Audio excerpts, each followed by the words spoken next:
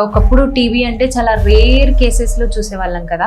కాకపోతే ఈ మధ్య కాలంలో వేరే చిన్న చిన్న ప్రాబ్లమ్స్ లైక్ లింఫోనోడ్ వచ్చినా కూడా, లేకపోతే ఇమ్యూన్ పవర్ తక్కువ ఉన్నా కూడా ఇలా టీబీస్ డిఫరెంట్ గా ఉన్నాయి కదా, ఇవి ఎక్కువగా వస్తున్నట్టు చూస్తున్నాం. సో ఎందుకు కాజ్ అవుతుంది టీబీ, దేని వల్ల వస్తుంది అసలు?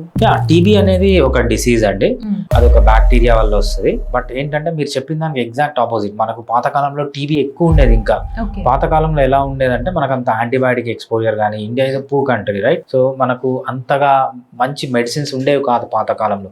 సో మన తాతలు ముత్తాతలు వాళ్ళని తీసుకున్నప్పుడు ఏంటంటే టీబీ అనేది కామన్ అనమాట. ప్రతి ఇంట్లో ఒక టీబీ మనిషి ఉండేవాడు.